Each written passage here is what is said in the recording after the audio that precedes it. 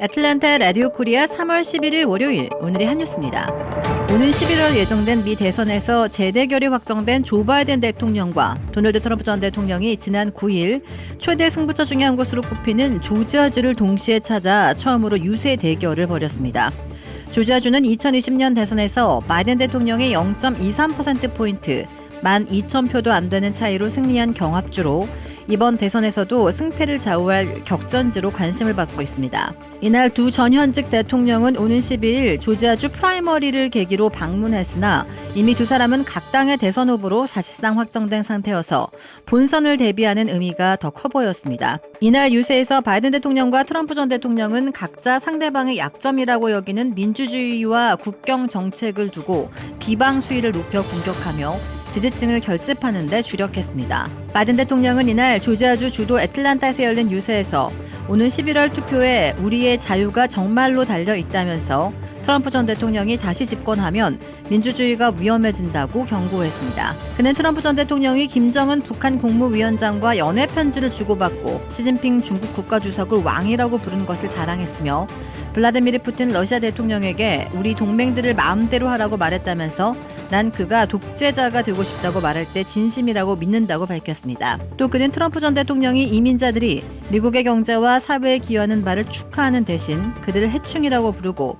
그들이 미국의 피를 오염한다고 비판한 바 있습니다. 이어 트럼프 전 대통령과 공화당 강경파가 여성의 낙태권을 전국적으로 금지하려고 한다며 내가 지켜보는 한 그렇게는 되지 않을 것이라고 약속했습니다. 같은 시간대에 트럼프 전 대통령은 자신을 열렬히 지지하는 마저리 테일러 그린하원 의원의 지역구이자 공화당 강세 지역인 조지아주의 롬에서 선거 운동을 벌였습니다. 트럼프 전 대통령은 유세에서 여대생 레이큰 라일리 살해 사건을 고리로 바이든 대통령의 국경 정책을 맹비난했습니다. 조지아주의 오거스타 대학 재학생인 라일리는 지난달 22일 운동을 하러 나갔다가 시신이 발견됐는데 경찰은 2022년 9월 멕시코 국경을 넘어 불법으로 입국한 베네수엘라 국적의 남성을 살인 혐의로 체포했습니다. 트럼프 전 대통령은 조 바이든이 우리 국경과 이 나라의 국민에게 한 짓은 반인륜 범죄이며 그는 절대 용서받지 못할 것이라고 목소리를 높였습니다.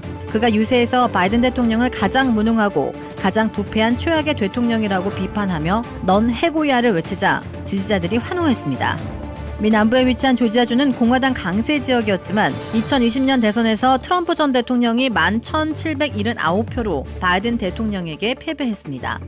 특히 당시 트럼프 전 대통령은 선거를 관리하는 조지아주 총무장관에게 전화해 자신의 패배를 뒤집는 데 필요한 11,770표를 찾아라고 명령했고 이 행위로 인해 선거방해 혐의로 작년 8월 형사기소돼 재판을 앞두고 있습니다.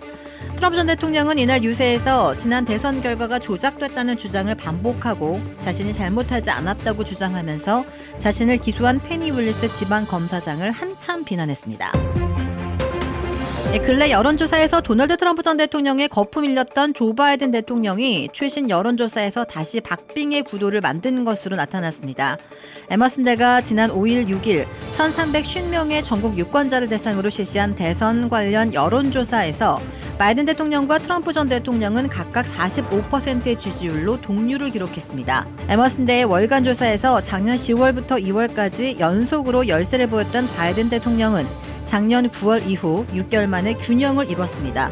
또 아직 지지 후보를 정하지 않았다고 답한 10%의 응답자들에게 누구 쪽으로 기울었느냐는 추가 질문을 해서 집계한 바이든 대통령 지지율은 51%로 트럼프 전 대통령 49%에 앞섰습니다. 이 조사가 이루어진 시기는 미국 16개 주에서 동시에 민주공화당 경선이 치러진 지난 5일 슈퍼와일 당일과 그 다음 날로 대선판이 바이든 트럼프의 재대결로 사실상 확정됐답니다.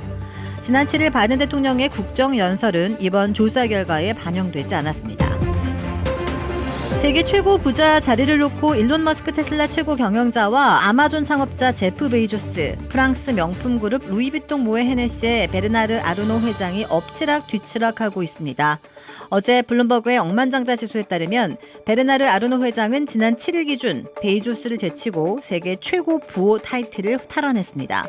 현재 아르노 회장의 재산의 가치는 2,010억 달러로 유일하게 2,000억 달러가 넘으며 $1,980억 달러의 베이조스를 앞질렀습니다. 아르노 회장이 1위 자리에 오른 것은 지난해 5월 말 머스크에게 1위 자리를 내준 이후 9개월여 만입니다. 베이조스는 지난 4일 머스크를 제치고 2021년 이후 처음으로 1위를 차지했지만 3일 만에 아르노 회장에게 다시 타이틀을 내줬습니다.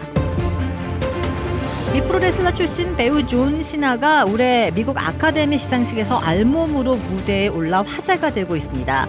존 시나는 어제 LA 돌비 극장에서 열린 제96회 아카데미 시상식에서 의상상 시상자로 나섰습니다. 사회자인 지미 키멜이 존 시나를 불렀지만 그는 옷을 입지 않은 채로 이건 옳지 않다며 무대에 오르기를 망설였습니다. 그러자 키멜은 이에 발가벗고 레슬링도 하는데 왜 그러느냐고 말했습니다. 마지못해 무대에 오른 존 시나는 수상자가 적힌 봉투로 중요 부위를 가리고 있었습니다. 이는 1974년 아카데미 시상식에서 수상자를 호명할 때 데이비드 니맨이라는 남성이 발가벗고 무대에 난입했던 사건을 흉내낸 것입니다. 올해는 그 사건이 있고 난 뒤 50년째가 되는 해였습니다. 의상상은 영화, 가여운 곳들이 수상했고 이 영화는 올해 아카데미 시상식에서 분장상, 미술상, 의상상 등 3관왕에 올랐습니다. 지난 1월 스스로 모습을 드러내지 않아 건강 이상설에 휩싸인 케이트 미들턴 영국 왕세자빈이 2달 만에 처음으로 공개한 사진마저 조작 논란이 일자 사과했습니다. 켄싱턴 궁은 오늘 공식 X 계정에 왕세자빈 명의로 많은 아마추어 사진가처럼 나도 때때로 편집을 실험해본다며 우리가 어제 공유한 가족사진이 일으킨 혼란에 사과를 표시하고 싶다는 글을 올렸습니다. 이 글에는 왕세자빈의 이름인 캐서린을 뜻하는 C라는 머리 글자가 달렸습니다. 그러나 사진을 X에서 삭제하지 않았습니다. AP통신은 원본 단계에서 자사사진 기준에 맞지 않게 조작된 것으로 보이며 특히 샬롯 공주의 왼손 정렬이 이상하다고 이유를 들었습니다. 그동안 왕실은 왕세자빈이 1월 수술을 받은 이후 그 어떤 모습도 공개하지 않으면서 암은 아니라고만 밝혀 온갖 의혹을 키워오고 있습니다. 한국 국민 한 명이 올해 초 러시아 극동 블라디보스토크에서 간첩 혐의로 사법기관에 체포됐다고 러시아 타스 통신이 오늘 보도했습니다. 한국인이 러시아에서 간첩 혐의로 체포된 것은 처음입니다. 타스 통신은 사법당국자를 인용해 간첩 범죄 수사 중 한국인의 신원을 확인했다고 설명했습니다. 이 매체는 이 한국인의 성씨가 백씨라며 실명을 보도했습니다. 그러면서 이 한국인은 올해 초 러시아 극동 블라디보스토크에서 구금됐다고 지난달 말 모스크바로 이송돼 레포르토브 구치소에 구금됐다고 전했습니다. 또 이 한국인이 국가기밀 정보를 외국 정보기관에 넘긴 혐의를 받고 있으며 그와 관련된 형사사건 자료가 1급 기밀로 분류돼 있다고 덧붙였습니다. 모스크바 레포르토브 법원은 비공개 심리에서 이 한국인의 구금 기간을 6월 15일까지로 연장했다고 밝혔습니다. 러시아에서 간첩 혐의로 유죄 판결을 받으면 10년에서 20년의 징역형을 선고받습니다. 주택 구매뿐만 아니라 커머셜, 웨어하우스, 비즈니스 건물까지 부동산계의 큰손 이주환 부동산. 크레딧 카드 빚 최대 80%까지 탕감. 크레딧은 지켜드리고 빚은 줄여드리는 O3 컨설팅이 오늘의 한 뉴스를 후원합니다. 이상 애틀란타 라디오 코리아 3월 11일 월요일 오늘의 한 뉴스의 고지선이었습니다.